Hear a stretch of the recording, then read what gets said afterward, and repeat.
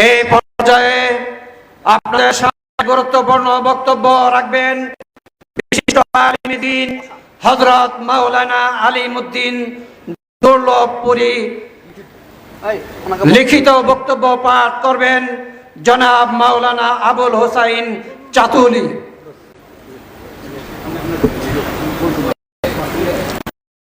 السلام عليكم ورحمة الله وبركاته. بسم الله الرحمن الرحيم.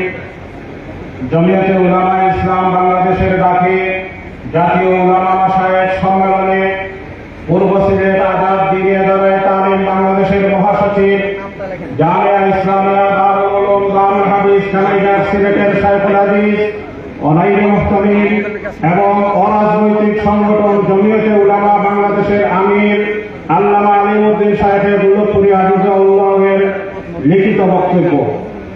নাহমাদুহু ওয়া নাস্তাঈনুহু ওয়া নাস্তাগফিরুহু। মুহতারাম সদরে ইজলাস, দেশের প্রত্যন্ত অঞ্চল থেকে আগত আহলে হক উলামায়ে কেরাম ও মাশায়েখে এজাম, শারীরিক দুর্বলতা ও অসুস্থতার মধ্যেও আজকে জমিয়তে উলামা ইসলাম বাংলাদেশের ডাকে ইসলাম দেশ ও জাতির রাহবার উলামা মাশায়েখের মাযবায় উপস্থিত হতে পেরে মহান মালিকের দরবারে মাতাবত চিত্তে কালিমাতুশ শুকর আদায় করছি আলহামদুলিল্লাহ। সম্মানিত জমিয়ত নেতৃবৃন্দ, সিলেট তথা কানাইঘাটের সূর্য সন্তান দেশের প্রথিত পেশা শাইখুল হাদিস আল্লামা উবাইদুল্লাহ ফারুক সাহেবকে জমিয়তে উলামা ইসলাম বাংলাদেশের কেন্দ্রীয় সদর মনোনীত করায় সিলেট তথা কানাইঘাটের পক্ষ থেকে আপনাদেরকে আন্তরিক মোবারকবাদ ও কৃতজ্ঞতা জানাচ্ছি। ইসমতে আম্বিয়া ও আদালতে সাহাবার নীতি আদর্শ বুকে ধারণ করে তার পথ চলায় আমি আশান্বিত যে এদেশের আহলে হকের নেতৃত্বের আসরে বসে তিনি নবী ও সাহাবা নির্দেশীদের সাথে কখনো আপোষ করবেন না।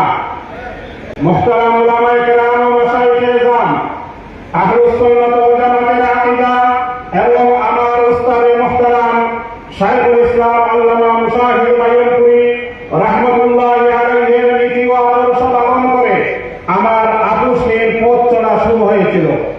জীবনের শেষ প্রান্তে এসে আজ বজ্রকণ্ঠে স্পষ্ট ভাষায় বলতে চাই, ইসমতে আম্বিয়া আদালতে সাহাবা যাদের মানতে কষ্ট লাগে তারা কোনো ইসলামী দল হতে পারে না। তথাকথিত একটি দল এদেশে মওদুদীর ইসলাম প্রতিষ্ঠা করতে চায়।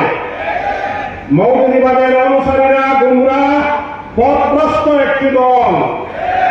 অতএব যারা নবী করিম সাল্লাল্লাহু আলাইহি সাল্লামকে মাসুম এবং সাহাবায়ে কেরামকে সত্যের মাপকাঠি মানে না, তাদের সাথে কোনো আপোষ বা ইত্তেহাদ হতে পারে না। ইহাই আমার আসল কথা। হযরত উলামায়ে কেরাম, দেশ আর একটি কঠিন মুহূর্ত অতিক্রম করছে। আপনারা ইতিমধ্যে অবগত হয়েছেন যে বর্তমান অন্তর্বর্তীকালীন সরকার পশ্চিমা এজেন্ডা বাস্তবায়নের লক্ষ্যে জমিয়ত সহ বিভিন্ন সংগঠন এবং উলামায়ে কেরাম ও ধর্মপ্রাণ মুসলমানদের প্রবল বাধার মুখে মুসলিম সংখ্যাগরিষ্ঠ রাষ্ট্র বাংলাদেশে জাতিসংঘের মানবাধিকার কমিশনের অফিস স্থাপন করেছে। অথচ বিশ্বের বিভিন্ন রাষ্ট্রের ক্ষমতাসীন কর্তৃক মুসলমানদের উপর জুলুম, নির্যাতন, গুম, খুন ও হত্যা, ধর্ষণের অসংখ্য ঘটনা আন্তর্জাতিক পরিমণ্ডলে প্রকাশিত ও প্রমাণিত হওয়ার পর সেখানে মানবাধিকার কমিশনের অফিস স্থাপনের কোন প্রয়োজনীয়তা তারা উপলব্ধি করেনি। আর ফিলিস্তিনে মানবাধিকার কমিশনের অফিস থাকা সত্ত্বেও গাজায় মানবাধিকার লঙ্ঘিত হওয়ার ঘটনাবলী দেখে গোটা পৃথিবী আজ স্তম্ভিত। বস্তুত মানবাধিকারের নামে জাতিসংঘ অফিস এদেশে সমকামিতার দুয়ার খুলে দিতে চায়। ব্যক্তির নিরাপত্তা, সুরক্ষা, বাক স্বাধীনতা, অধিকার ইত্যাদি শব্দের অপব্যবহার করে রাষ্ট্রকে আইনি সহায়তা প্রদান করে মূলত সমকামিতা নামক শরীয়ত বিরোধী ঘৃণিত আস্ফালনকে উস্কে দিতেই মানবাধিকার কমিশনের নামে পশ্চিমাদের আগমন। তাই ইসলাম ও দেশের স্বাধীনতা সার্বভৌমত্ব রক্ষার স্বার্থে ইসলামী শিক্ষা, সভ্যতা, সংস্কৃতি ও তামাদ্দুন রক্ষার এই আন্দোলনে ঐক্যবদ্ধ আওয়াজ তোলা আজ আমাদের ইমানি দায়িত্ব হয়ে দাঁড়িয়েছে। আপনারা অবশ্যই জেনেছেন যে গত 27শে আগস্ট 2025 ইসাই এই ইমানি দায়িত্ব আদায়ে আমরা সিলেটের কানাইঘাটে সদরে জমিয়তের উপস্থিতিতে স্মরণকালের সর্ববৃহৎ গণমিছিল সমাবেশ করেছি। আপনাদের প্রতি আমার উদাত্ত আহ্বান, আসলাম ও আকাবিরে রেখে যাওয়া আমানত জমিয়তের